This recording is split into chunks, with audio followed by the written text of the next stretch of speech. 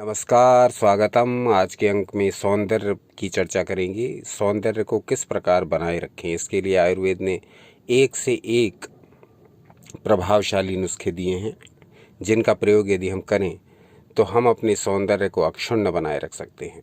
तो एक समस्या बहुत आती है, वो चेहरे के लिए है, और वो है कील मुहासों का होना, दाग धब्बों का होना, पिगमेंटेशन हो जाना, झाइयाँ हो जाना। यानी कुल मिलाकर के ये समस्याएं चेहरे की सुंदरता को बिगाड़ कर रख देती हैं। इन समस्याओं से जूझने के लिए जूझते हुए बहुत सारे प्रयोग करते हैं, बहुत प्रकार की औषधियाँ खाते हैं। तो आयुर्वेद में ऐसे बहुत से नुस्खे बताए गए हैं जिनको घर में प्रयोग करके आप चेहरे की इन समस्याओं से छुटकारा पा सकते हैं। घर पर ही इन प्रयोगों को तैयार करके इनका प्रयोग कर सकते हैं, और इसमें किसी भी प्रकार की झंझट की आवश्यकता नहीं। घर पर ही यह प्रयोग तैयार हो जाते हैं और इनका भली भांति आप प्रयोग करके इनके लाभों को ले सकते हैं। तो इस विषय में पूरी एक श्रृंखला भी बनाएंगे कि किस प्रकार से अपने सौंदर्य को निरंतर बरकरार रखा जाए, क्या क्या चीज़ों का सेवन किया जाए जिससे कि रक्त शुद्धि होती रहे, टॉक्सिन्स बॉडी से बाहर आते रहें, तो त्वचा अपने आप ही सुंदर और कसीली बनी रहती है। तो इस प्रकार के प्रयोग भी आप कमेंट करेंगे तो बताएंगे कि क्या खाने से त्वचा में निखार आता है, क्या खाने से त्वचा की सुंदरता बढ़ती है, अंदर से ही, भीतर से ही। तो भीतर से जो सौंदर्य निखरता है उसके बहुत प्रयोग आयुर्वेद में हैं। कुछ प्रयोगों की चर्चा आज करेंगे जो बाहर से सौंदर्य को निखारते हैं, यानी कि जो त्वचा पर बाहरी रूप से प्रयोग करने से हमें त्वचा की समस्याओं से छुटकारा, इन समस्याओं से छुटकारा दिलाते हैं। जैसे पिगमेंटेशन है, झाइयाँ हैं, काले धब्बे हैं, त्वचा में कसावट कम होना है। इस प्रकार की जो समस्या जो विशेष तौर से चेहरे पर होती हैं, उनका समाधान आप घर बैठे ही कर सकते हैं। कैसे करेंगे यह बताने जा रहे हैं। नीम के और आक के वीडियो हमने बना दिए हैं, उनके विषय में जो जानकारी आयुर्वेद शास्त्र में दी गई है वो हमने शेयर भी कर दी है मूल श्लोकों के माध्यम से। तो जो लोग नीम और आक के विषय में अधिक जानकारी चाहते हैं वो नीम और आक पर बने हुए वीडियोस देख लें जो इसी चैनल पर हैं। आज हम नीम और जायफल का प्रयोग बताएंगे सौंदर्यवर्धन के लिए और चेहरे के सौंदर्य को निखारने के लिए। उसमें से नीम का प्रयोग हम नीम के वीडियो में बता चुके हैं, नीम के आयुर्वेद श्लोक। अब हम जायफल के विषय में आयुर्वेद क्या कहता है इस पर चर्चा करेंगे, फिर आपको प्रयोग बताएंगे। तो जायफल के विषय में जाति फलम इसको कहा जाता है संस्कृत में, और इंग्लिश में नटमेग। और इसके बारे में जो कहा गया आयुर्वेद शास्त्र में वो आपसे शेयर करने जा रहे हैं। कहा गया भाव प्रकाश निघंटु नामक ग्रंथ में, जाति फलम जाति कोशम मालती फलमित्यपि जाति फलम रसम तिक्तम तिक्तोष्णम रोचनम लघु कटुकम दीपनम ग्राहि स्वर्यम श्लेष्मा नीलापहम निहंते मुखवैरस्यम मलदौर्यगंध कृष्णतः क्रमिकालव मिश्वास शोष पीनस हृद्रजः। तो ये जाति फलम यानी नटमेग के भाव प्रकाश निघंटु में गुण बताए गए हैं। तो पूरा गुण का वर्णन, एक एक पदार्थ को ऋषियों ने अपनी तपस्या से उसके बारीक से बारीक उसके बेस को पकड़ा था, किस प्रकार से ये वनस्पति हमें लाभ कर सकती है, उसके एक छोटे से छोटे गुण को पकड़ करके ऋषियों ने हमको बता रखा है। ये हमारे ऊपर है कि अब हम उस पदार्थ का कितना उपयोग अपने दैनिक जीवन में कर पाते हैं, कितना नहीं कर पाते हैं। तो ये एक आपकी स्क्रीन पर लिस्ट भी प्रदर्शित हो रही है जिसमें भाषा भेद से नाम भेद बताया गया है। हिंदी में इसको जायफल कहते हैं, इसी प्रकार से इंग्लिश में इसको नटमेग कहते हैं, गुजराती में इसको जायफल कहते हैं। इसी प्रकार से अन्य भाषाओं में इसका जो भी नाम है वो प्रदर्शित किया गया है। तो जायफल जो होता है इसका गुण बताया गया है कि ये रस में कड़वा, तीक्ष्ण, गरम, रुचिकारक, हल्का, चरपरा, अग्नि को बढ़ाने वाला, ग्राही, स्वर को हितकारी, कफ वात को नष्ट करने वाला, मुख की अरुचि का नाशक करने वाला, मल दुर्गंधता दूर करने वाला, कृमि, खांसी, वमन, श्वास, शोथ, पीनस और हृदय रोग को दूर करने वाला है।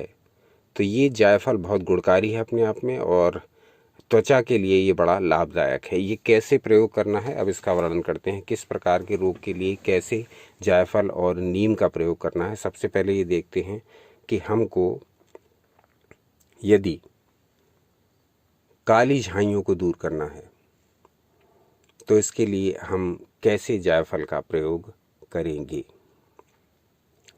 इसके लिए हमें क्या करना है, दूध लेना है उतना जितना कि हम पूरे फेस पर लगा सकें, फेस पैक बना सकें। इस दूध में जायफल को ठीक प्रकार से घिसिए, जायफल को घिसिए और उसका जो जायफल का अर्क दूध में प्रवेश कर जाए, उसके पश्चात इस दूध को चेहरे पर पूरा लगाइए, फेस पर पूरा लगाइए, लगा करके सूखने दीजिए। जब पूरी तरह सूख जाए तब चेहरे को स्वच्छ जल से धो डालिए। एक प्रयोग ये हुआ।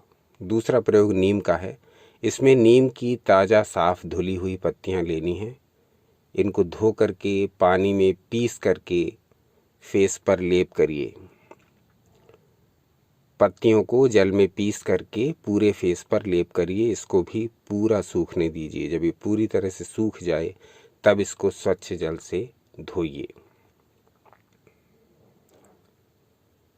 तीसरा प्रयोग, 1 चम्मच दूध में पिसी हल्दी मिलाकर गाढ़ा लेप बनाइए, चेहरे पर लगाइए। सूखने पर इसको धो डालिए। तो ये 3 प्रयोग हुए। अब ये जो पहला जायफल वाला प्रयोग है ये कील और मुहासों के लिए है। जायफल को दूध में घिस करके फेस पर पैक की तरह लगाना है, सूखने पर जल से धो डालना है। ये प्रयोग है कील मुहासों के लिए। झाइयों के लिए जो प्रयोग है वो नीम का प्रयोग है। नीम की साफ की हुई पत्तियां पानी में पीस करके चेहरे पर लेप करिए। हल्दी वाला जो प्रयोग है, हल्दी को दूध में मिला करके फेस पर लगाने का, ये त्वचा को कांतिपूर्ण बनाने के लिए है। अब अन्य प्रयोग है वो है कील मुहासों के लिए।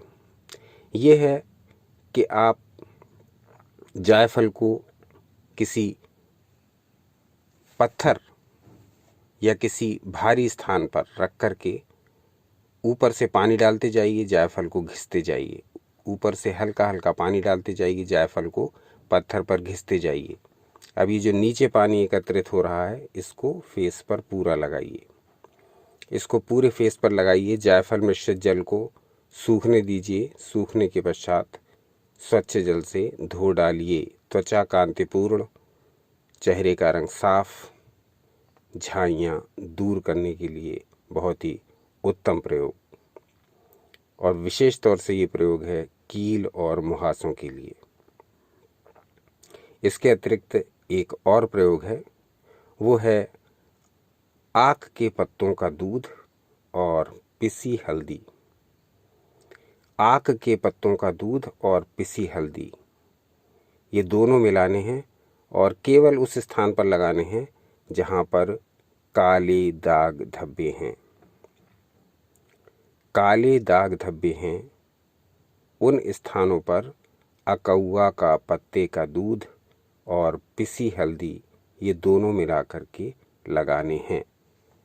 इनको झाइयों और कील मुहासों पर प्रयोग करके देख सकते हैं, परंतु बहुत कम मात्रा में, क्योंकि आक का दुग्ध गर्म प्रभाव वाला है। तो किसी किसी की त्वचा पर, स्किन पर ये सूट नहीं हो सकता है। इसीलिए इस प्रयोग को काले धब्बों पर तो निशंक होकर कर सकते हैं। जो लोग झाइयों और कील मुहासों पर इसको करना चाहें वो अपनी त्वचा की सेंसिटिविटी के अनुसार करें, क्योंकि कुछ लोगों की त्वचा आग के दूध की गर्मी के प्रति संवेदनशील होती है। तो मुख्य बात, एक बार अपनी बात को पूरा स्पष्ट कर दें जिससे कि कन्फ्यूजन ना रहे। चेहरे की सुंदरता बढ़ाने के लिए ये सारे प्रयोग हैं। पहला प्रयोग, जायफल को दूध में घिस करके चेहरे पर लगाएं, कील मुहासे झाइयाँ दूर। दूसरा प्रयोग, नीम की ताज़ी साफ़ की हुई पत्तियों को पानी में पीसकर चेहरे पर लेप करें। यह भी झाइयाँ और कील मुहासे दूर करता है। तीसरा प्रयोग, दूध में पिसी हल्दी मिलाकर गाढ़ा लेप लगाएं और चेहरे पर पूरा लगाएं। सूखने के पश्चात धो डालें। ये त्वचा को कांतिपूर्ण बनाता है, चेहरे के रंग को निखारता है। चौथा प्रयोग, साफ पत्थर पर जल डालकर जायफल घिसें और इस लेप को कील मुहासों पर लगाएं।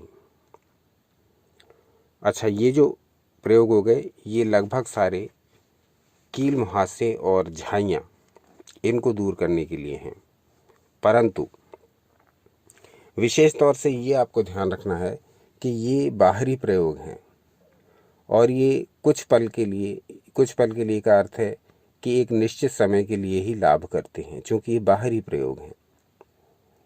अब हम जब तक मूल कारण को नहीं पहचानेंगे, ये मेरे किस कारण से त्वचा पर हो रहे हैं, झाइयाँ जो आ रही हैं वो क्यों आ रही हैं, पिगमेंटेशन हो रहा है तो क्यों हो रहा है,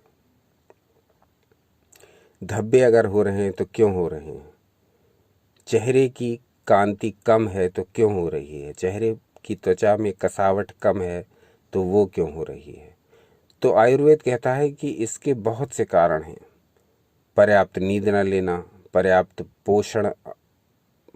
पोषण न ले पाना, यानी आपके भोजन में यदि आपके भोजन में न्यूट्रिटिव एलिमेंट्स की मात्रा कम है, पोषक तत्व उस हिसाब से आप नहीं ले पा रहे जो आपकी बॉडी को चाहिए, तो भी वो चेहरे पर दृष्टिगोचर होने लगता है। आप मौसमी फल नहीं खा रहे, आप सीजन की कच्ची सब्जियां नहीं खा रहे, तो वो सब त्वचा चुगली कर देती है हमारे कर्मों की। आप पर्याप्त नींद नहीं ले पा रहे तो आंखों के नीचे डार्क सर्किल बनने प्रारंभ हो जाएंगे। त्वचा किसी न किसी प्रकार से आपके कर्मों का बखान कर देती है। जैसे विचार होंगे वैसे ही मुखमंडल हो जाएगा। भयंकर विचार वाले का मुखमंडल भी भयंकर ही दिखाई देता है। और जो योग साधना और अध्यात्म मार्ग में लगा रहता है उसके मुख की कांति ही कुछ और होती है। ये हम सब अपने अनुभव से जानते हैं। तो आयुर्वेद ये कहता है कि आप केवल बाहरी प्रयोगों पर आश्रित ना रहें। ये प्रयोग हमने इसलिए बताया कि जो लोग इन समस्याओं से पीड़ित हैं, चाहे वो कील मुहासे हों, चाहे वो झाइयाँ हों, चाहे वो ब्लैक हेड्स हों, चाहे वो पिगमेंटेशन हो, इस प्रकार की, या त्वचा में कांति की कमी हो, त्वचा में कसावट की कमी हो, तो जो लोग इस प्रकार के प्रयोगों से लाभ ले सकते हैं उनको अवश्य लेना चाहिए और ये प्रयोग करके देख लेने चाहिए। परंतु उनको मूल कारण की ओर अवश्य ध्यान देना होगा, क्योंकि ये प्रयोग टेम्परेरी होते हैं और ये प्रयोग हमेशा के लिए लाभकारी नहीं होते। कुछ समय के लिए लाभ दे सकते हैं, परंतु आपको मूल कारण का पता करना होगा। किस कारण से मेरे भीतर ये प्रक्रिया हो रही है, किस कारण से मेरे मुख पर ये समस्या आ रही है, क्या वजह है जो ये रोग उत्पन्न हो रहा है। तो मूल कारण को यदि समझ लेंगे, या तो आपका डाइजेशन ठीक नहीं, या आप प्रॉपर न्यूट्रिशन नहीं ले पा रहे हैं, पर्याप्त नींद नहीं आ रही है, या चिंता बहुत कर रहे हैं, या क्रोध बहुत आ रहा है।